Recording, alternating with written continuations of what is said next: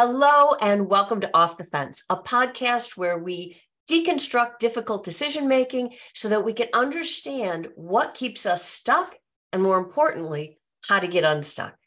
I'm your host, Karen Covey. I am a divorce and decision coach as well as a recovering lawyer. And with me today is Jaime White.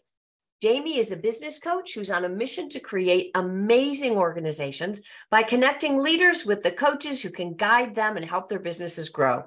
Jaime is the Chief Belief Officer at Believe Crew, a company she co-founded with her husband, Kevin. And Jaime is also a podcaster herself, and she hosts the podcast Believe Crew, where she interviews coaches, entrepreneurs, and authors.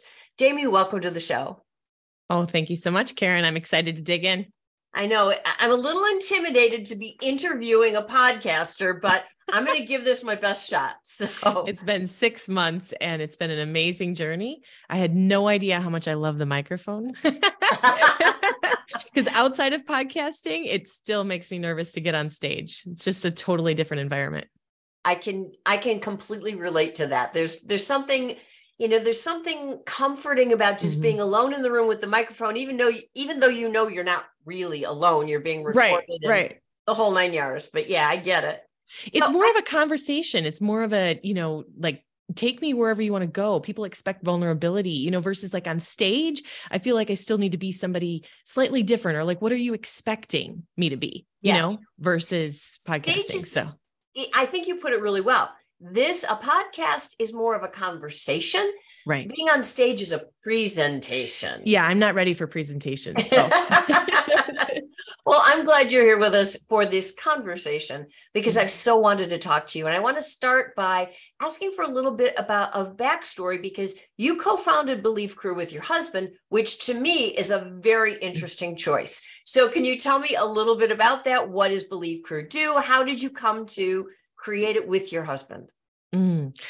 It's beautiful. And as you know, a little bit more of the backstory, my husband and I, 10, 20 years ago, we tried working together a couple of times. And I was like, the first thing I know is that we will not be in business together. And then 20 years later, after doing a lot of work to get to this point, it's like, it just feels so right. And even though there's this intense, constant struggle, I mean, I've literally had to kick him out a couple of times. But it's now we're at that point where we're willing to do the work that we didn't know we even needed to do. And now it's like, okay, every time something comes up, who's going to do the work? Yeah. One of us or both of us need to. Yeah. I think that's really something people need to hear. I mean, we get this idea from Hollywood, movies, romance, blah, blah, blah, that you just, boy meets girl, they, fall in love, they live happily, they get married, they live happily ever after. And it just happens, right? And in my experience, nothing about relationships or good relationships just happen. You have to put in the work. And yeah, that's so totally. Tell me about how, all right. So 20 years ago, you're like, I am never, ever going into business with you. Now, here we are. How did you make that choice? What brought you there? Well, part of what's coming up for me, even when you ask this question, is recognizing that I am stepping into my role as a leader. And for years, I wanted my husband, who I thought and believed was the head of the household, even though my kids would have probably said it was always me, I believed that was sort of the position of leadership, right? And then in the business that I was running prior to this one with my dad, he was the owner. And so in my mind, he had the position of leadership, right? And I didn't realize that it was my calling to lead. So I'm hearing this, like, I'm pushing up against this, like, hey, are either of you guys going to lead? Like, because I thought they had the position that was given to them, like this intrinsic, male dominated mindset that I may have grown up with of like, who am I to really lead? And then as I started to do my own work and started to recognize that I'm actually the one that's called to lead, and maybe that's not their gift and strength, that was a huge eye-opening moment. And then stepping into that took years of coaching and healing. Yeah.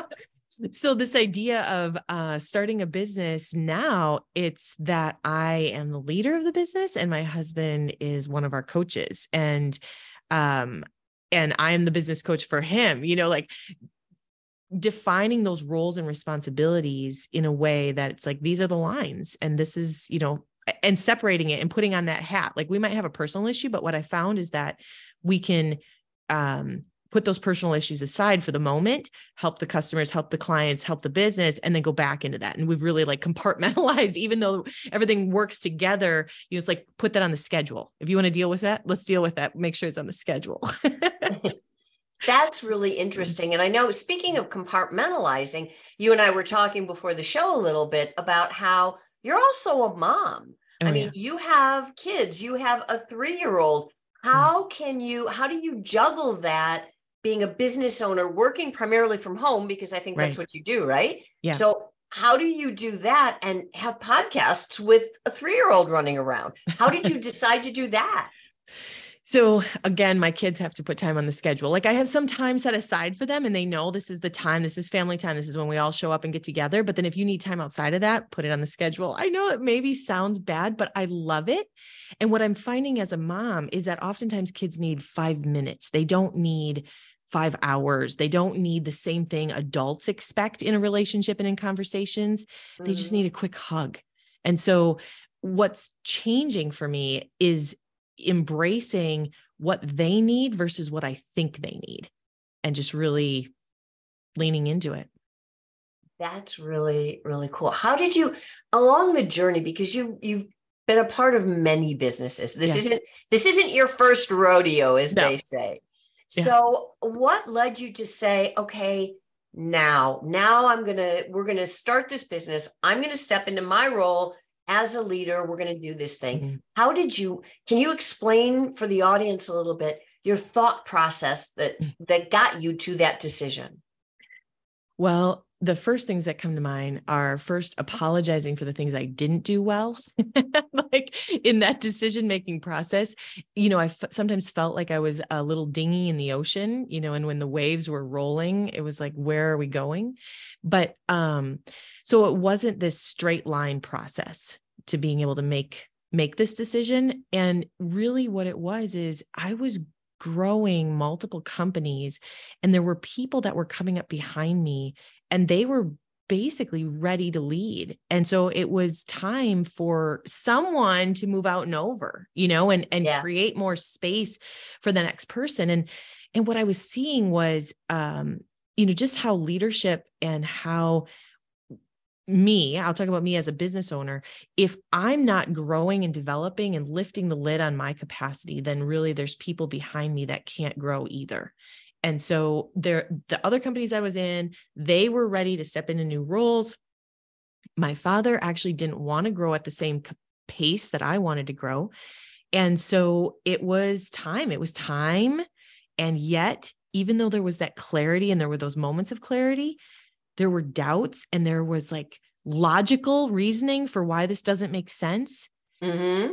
And yet I was getting to that point of like trusting my gut. And then what I saw was my husband starting to come along that journey with me, and we were merging in a new way that, he was believing in me and he was seeing that vision. And so sometimes having that other person that starts to see and believe in us before we believe in ourselves sometimes. And so there was just this, I was growing as a leader, and I was helping grow other people, and I was feeling this calling to more.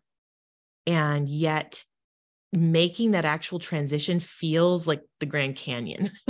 Oh, it's ginormous. It's huge, and, but what I really want to dive in a little deeper and dig here, because what you're saying is so, so true in so many different contexts. Anytime you're making a big decision, you were saying, I knew it.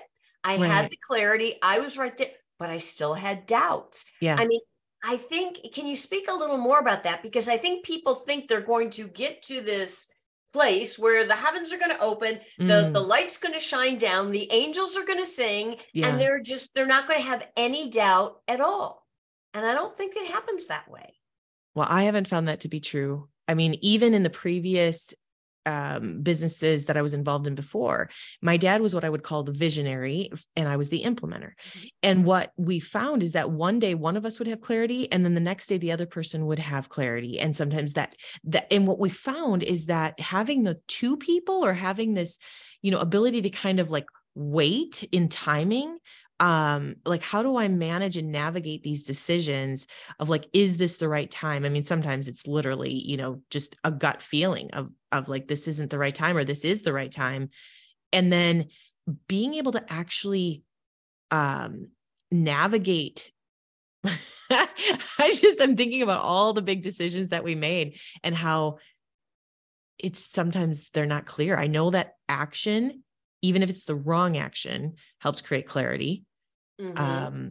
And I need you to ask the question again, because all I'm thinking about are the huge decisions and the huge waves that come with that.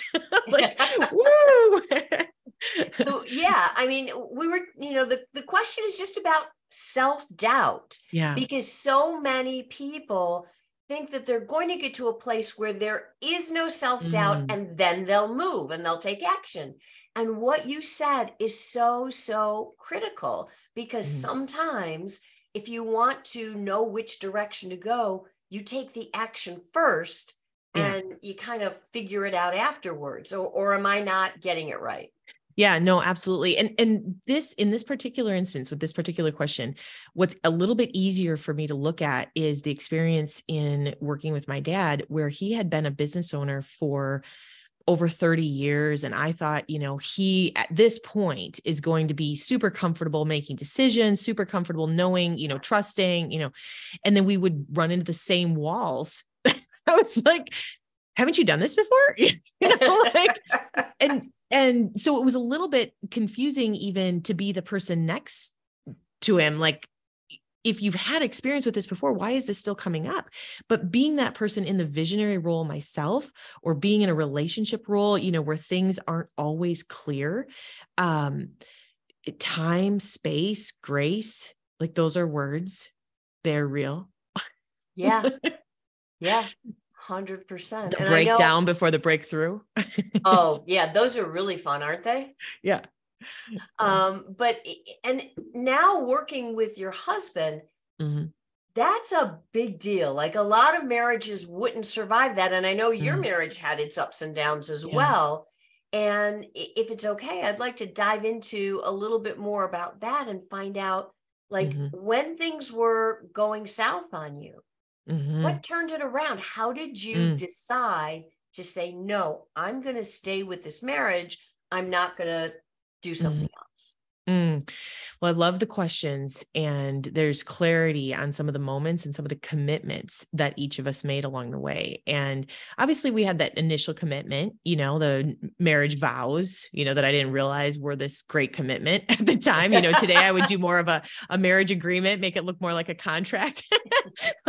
And in Believe Crew, we have a different style of partnership agreement, and it's, you're required to work on your junk. That's a business agreement, just saying. Interesting. I like that. I really like that. Yes. And like a conflict resolution policy, as like, how are we going to deal with this? Because business, it's partnership, marriage, partnership, that's golden. I mean, honestly, I think I'm just trying to visualize in my head people walking down the aisle, the bride, the groom, they're in love, everybody's sitting there. And then the officiant, whoever it is, rolls out this scroll that just keeps rolling and rolling. But this is your agreement. And this is what you're going to do. And this is what you're going to do. And, the horrified look on the couple's face when they realize this is really what they're signing up for, you know? Yeah. So I didn't have any of that when I signed my name. I thought I was, changing my last name, and we were, riding off into the sunset. And then as, we started I was pregnant right away. And so we had our first son within the first year of marriage, and I was somewhere in 1920, age range. And then, not that long after, I knew that my husband had an addiction, but I didn't realize that it would still come into the marriage. I didn't realize what addiction was. I didn't have experience with it in my family. I wasn't trained on it, And so as it kind of plagued our marriage, and he wasn't able to be present, in so much of life, being available for the kids. And we didn't know it at the time, but we were running into belief systems, right? Like that's obviously what Belief Crew is all about today, is the belief systems and the programs that are behind all of the reactions that we have to things. So I created workarounds, when I found that he didn't have the same financial budgeting, desires that I did, or the ability to manage money the way that I was interested in. I just, created little hidden accounts and hid money so that it wouldn't be a problem. And all these little workarounds that, worked for a while, worked in air quotes, and then I was in a cycle of still like, we're not growing. We're just existing. And eventually, after a couple of kids and, doing the same things over and over, I remember turning to him and saying, I recommitted to the marriage. I want to say, I don't know my timing on this. Let's say it was 15 years in, and maybe it was 10 actually. And I remember turning to him and saying, it doesn't matter what you do, I'm not leaving. And it doesn't matter what you put me through, because there's definitely, not to say I was in blame. I mean, I was blaming the other person. Same with the business owner, AKA my dad. I was like, there's two problems in my life. One, they're on each side of me, and it's not me. And so taking ownership of that and saying, I'm committing to these relationships, and I'm committing to seeing what I can do to be the best version of me, was the shift that happened. That was the beginning of the shift, right? And then as I started growing and started understanding my own values, who am I? What are my core values? What am I doing? How come I don't know what boundaries are? How come I talk like this to myself? All the things that working with coaching and books and acupuncture, and to be honest, coaching is the best, but I did all the other things too. Of course, we all do. And as I was, starting to learn and discover who I was, and I'd show up for myself, it made the people around me decide, do I want to still be the same person, or do I want to be somebody different? And okay, it was, yeah. I need to stop you right there, because I've heard this from so many of the people that I work with, right? Yeah. They say, okay, well, if you're just working with me, how does that change the marriage? Changes right? the world. So can you talk about that? Everything around me changed. The entire circle, people, I realized that my friendships were venting friendships. If I stopped venting, when something goes wrong for the day, I had certain people I would call based on what went wrong. I knew who was going to sympathize with me, in that environment. When I stopped complaining and venting and having those relationships where that's what I was doing, then I had to change friends. I was like, wait. Ooh, oh my goodness. Yeah. Yeah.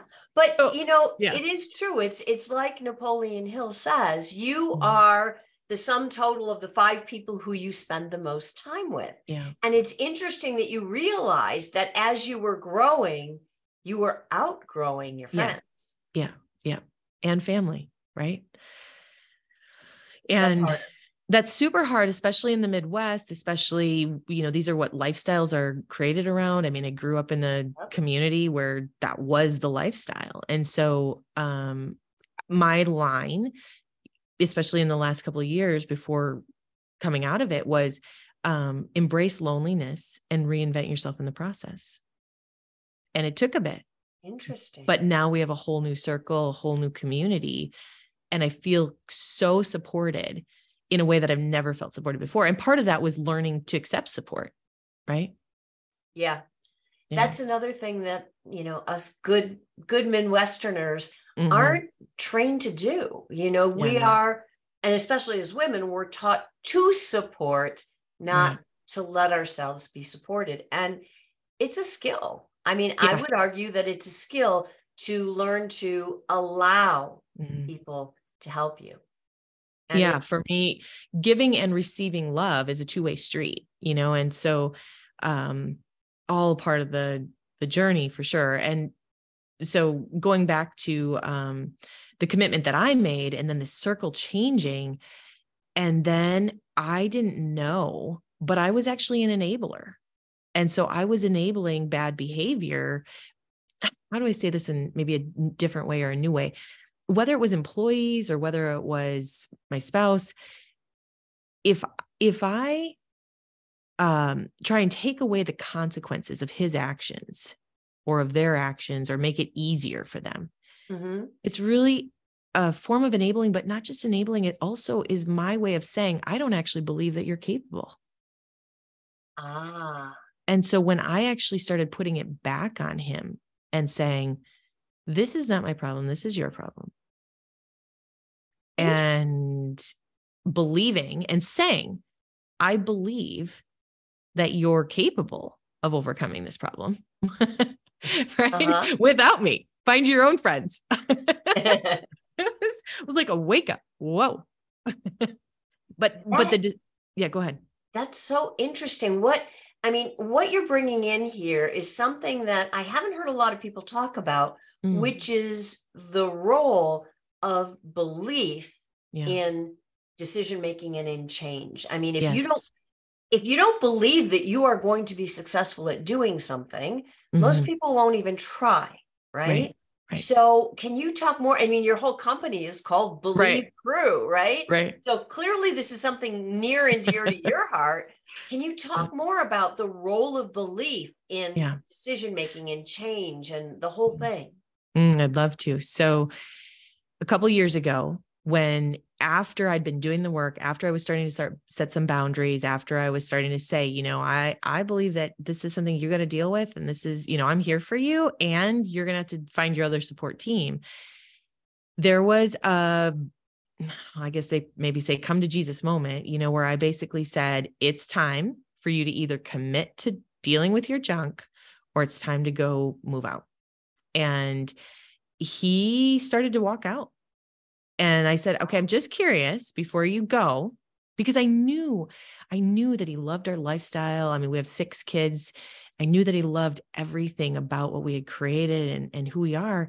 But I also knew that there was this shame and guilt and some of these other unhealed things that were making it so that there was this conflict of where he didn't even believe he deserved what we had. It was almost like self-sabotage, watching it happen in real life. And I've seen that happen with successful people where if they hit that, I did better than I ever thought I would do, or my life is better than I ever thought it just like seems mind blowing to be like, well, success can be too much. Right. Yeah. 100%. Yeah. And so I knew that him starting to walk out was really coming from that shame and guilt space, right? Because I knew he liked everything that we created and everything we were. And yet he was willing to walk out. And I said, I'm just curious, why are you going to walk out right now? Like what? And he said, because it's too hard to change. And I said, okay, so you and I both know that. Well, and we came from a Christian-based perspective. And I was like, okay, so I'm just going to ask you one more favor then. I'm going to also ask you to leave the church, because basically Jesus preaches and teaches transformation is possible. And if you believe it's too hard to change, then do you really believe? Right. I mean, it's a really good point. This is me being straight up. This is exactly what happened. And, so then he kind of sat back down, right? He wasn't quite willing to do both. He'll leave you, but not the church. Right, I mean, you pushed too far. It was going to look bad, now it's going to really look bad. And so the work that we do is around belief system changing. And I was like, that this is possible to change the belief that it's too hard to change. You have to want something else, right? You have to want to believe that it is safe to change and that it is possible to change. And so he that day worked on that belief first and then made the commitment to stay and do the work. Wow. That's a tough decision on his part. Right. Because I know that, beating any kind of addiction isn't easy. This isn't a, okay, I decide and now it's over and life is grand. No. It's a daily recommitment and recommitment to getting past getting past your addiction, getting past the things that were holding you back. So that was quite a commitment on his part. Yeah. But it also had to be on your part too, because as the wife of someone who is an addict, you've got to know, it's not a straight line from here. It's up and down and up and down and up and down, right? Right. So patience for the plan. How did you decide to what did you draw on from inside of you to be able to make that commitment and stick with it? Once he was willing to commit to doing the work, then I'm all in. My gifts and strengths see people's potential. I mean, but the real strength for me was in prayer. I mean, I learned to pray differently. I learned to say thank you for taking care of the situation before it was even taken care of, shifting my energy to believing it was possible. Yeah. And to really hold space and be really, really clear on my boundaries and really trusting my gut and intuition. If something felt off, I'm trusting that. If something, the energy doesn't feel right, I'm trusting that, like over and over and over again.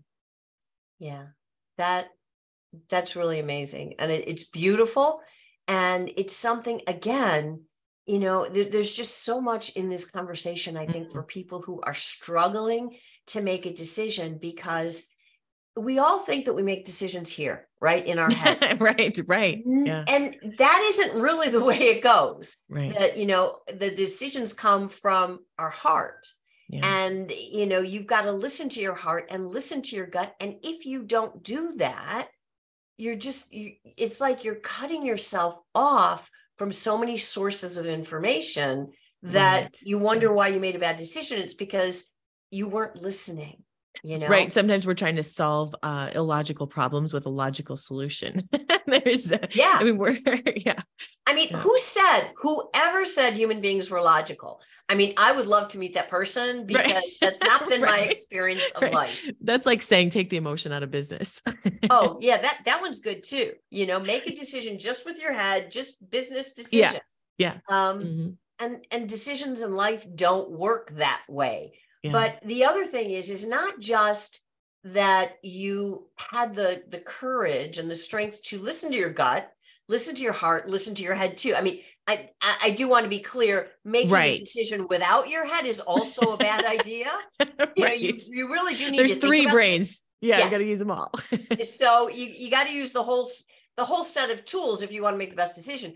But also, you said something that is so important, and that is, you trusted yourself. Yeah. How did you come to do that, to have that trust in yourself? Coaching. I mean, do you want a different answer? You weren't born that way? No, I actually was not. No. And I actually am coming from a place where I felt like a confident person. I know my personality assessments at this point, and I am, in the personality profiles, one of the quote unquote stronger, more courageous, that type of stuff, but it didn't matter. I still had feelings of worthlessness or belief systems that were running programs that I didn't even know. And I was reacting to situations and triggers that I didn't even understand why I was reacting. And I didn't hear that stuff. We went to Landmark Forum. I don't know if you've ever heard of that, but, and this was in 2013. And this was, after I'd made the commitment, but before I really asked him to make a commitment. And I turned to him in one of the sessions, the only one that we were sitting next to each other, because that's part of the program, right? You don't sit next to each other, and I said, I love you. And that was a big deal for me, because that's not a big thing in our family. And so he could not say it back. And I knew at that moment that there was a deeper issue, and yet we didn't know what it was or how to find it, And so the work that we started doing in this mix of healing and coaching, was transformational. But it was because the reason I bring up Landmark is because they talk about blind spots. And so I started to recognize that I might have some blind spots, but I still didn't quite know what they were. And I didn't know how to hear them. And so when working with a coach or a healer, they're hearing things that I don't know I'm saying. that was the transformation for me. Yeah. That is so interesting. So it was through the working with the coach and having them, as we say, hold the mirror up to you. Yeah. Yeah. Yeah. He'd ask me questions. I was like, what are you seeing? Yeah. What are you hearing? Because I didn't hear that. Yeah. Because, and I think that's it's so critical if you want to do something like change a belief, because most of it's interesting, but most of us don't even realize we have them. We just think that like, this is the way things are, right? Yeah. It's a fact. Yeah. It's not a belief. It's a fact. Yes. And that's the wording even that we use sometimes, it's like, this is fact. We get from your perspective. It is totally. Yeah. And it's really, it takes a lot of courage to be able to stand there and say, okay, what do you mean this isn't a fact? And allow for the possibility that there may be another way to see the world. But it sounds like what you're saying is that by working with coaches and becoming able to, and being open to being able to look at the world differently, you were able to shift your belief system and shift what was possible for you and for your husband. Yes, 100%. And also for your kids. I mean, 6 Absolutely. kids. Six boys. Kids is a lot of kids. 6 boys. I would have a lot more. And this maybe sounds ridiculous, but it's that last 6 minutes of labor gets me every time. Well, you've done it enough times. So I think, I'm going to give it to you on that one. Right. Yeah. It's that 6 minutes. Oh my gosh. The other piece that comes up when we think about this a little bit in the work that we've done in the last couple of years is after he made the commitment to change and after he made the commitment to stay. And then we felt this calling of like, maybe we're going to have to share our story. And we were like, no, not that, like anything but. And so we started a podcast a year ago that's called Business Addicts. And a little inside secret, it's not much about business. And we started interviewing addicts that had overcome, business owners that had overcome addictions and gone from struggle to superpower. And what we learned along the way is that there was a lot of trauma behind the addiction. So now we're entering season 2 and we're talking about trauma. And through that process of being willing to be vulnerable, being willing to put our story out there, not only did that help other people get help and realize that it was possible, but my husband ended up going through healing to see what he could find for the trauma, because there was trauma behind the addiction that we didn't even know. Yeah. Yeah. Of course, that makes total sense. And, it kind of shows you how life takes you on this journey. Yeah. And you don't know all the time where it's going to lead or what it's going to call you to do. The question is, are you willing? Right. Are you willing to step up and do the work? And it sounds like we've come full circle. It comes down to, are you willing to do the work? And if the answer to that question is yes, it sounds like amazing things can happen. Yeah. And I can tell you from my perspective, I really tried hard to let it be the other people that did the work, because I really, really thought they were the problem. I just, of course, I need to, and it wasn't, it was true. And yet it wasn't. And it's so, I still don't even know how to explain that. Well, let me poke you a little bit and see if you can try, if you could, what do you mean when you say it was true, but it wasn't? They had to change. Yes. Mm-hmm. But how did you get to the point where you were willing to say, oh, maybe I have to change a little too? In the end, I wasn't changing for them. I wasn't changing because I wanted a better relationship with them. I was changing because I wanted a better relationship with myself. And I wanted a better future for myself. And so then through that process, I started to weed out what relationships do I still want to work on, which ones are not worth it. And so then setting those boundaries, it's just like starting a business, and learning what are the clients I'm called to serve, which ones am I not? And all those boundaries, they say like in business, they're like, that's when my business started to take off, is when I started to say, no to things that weren't the right fit. And I feel like that's the same thing in our relationship and in our marriage and in what we've created now in our home. It's saying no. And that's made the biggest difference. Yeah, I know that reminds me of back in the day, and I will not tell you how many years ago this was because I will so date myself. But years ago, when I started my own law practice, right? Because I had been a lawyer in a firm and in the government, started my own business. And back at that time, there weren't a billion business books, right? There was exactly one book for lawyers who wanted to start a law practice. Wow. And it looked like a legal book, it was like one of those big green things, right? Yeah. And so I read it and it was pretty horrible. But the one sentence that I remember that made reading the entire book worth it was this. And it said, your business success will depend on who you say no to. Wow. Which clients do you not take? Because the ones that aren't a good fit are going to be the ones that keep you up at night, that cause you problems, that cost you money, that all the things, right? Right. And I read it, and I don't think you really get it until you do it once. And then you're like, oh, so that's what you meant, right? Right. And so yeah, I can completely relate about learning to say no.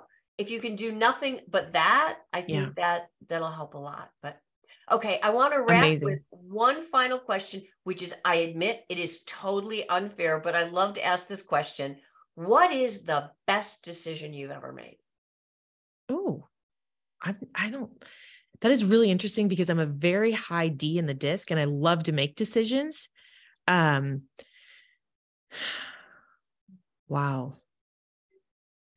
So first I have to define best.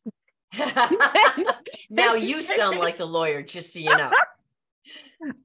I'm going to say the best decision that I've ever made was being willing to go where I was being asked to go. And I'm going to choose. This is in all cases, meaning when God asked me to go to another level or go farther, go one step farther, making that decision to continually say yes to that growth, choosing growth has always been the best decision. And the one decision that if I have to pick one, is adding 3 more kids to our family. So we had 3 and I was maxed out and I was like, there's no way I can do more. But I had lost my sister at the time. And I was like, I'm not ready to make a permanent decision either.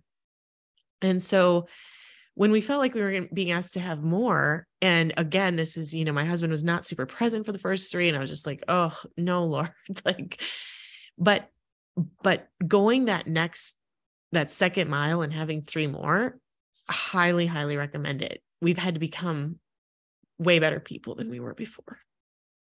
Well, I think you're a pretty amazing human as it is. So thank you. And I really appreciate you telling your story. I think you're going to touch a lot of people's hearts. And I hate to leave you like this. I've made you cry. I mean, usually it's only my clients I make cry. No, it's good. It's touching, right? Touches the heart. Yeah, that's for sure. So, why don't we end it with this? Jaime, can you tell people where they can find you, where they can connect and learn more about you and Believe Crew and all the things you do?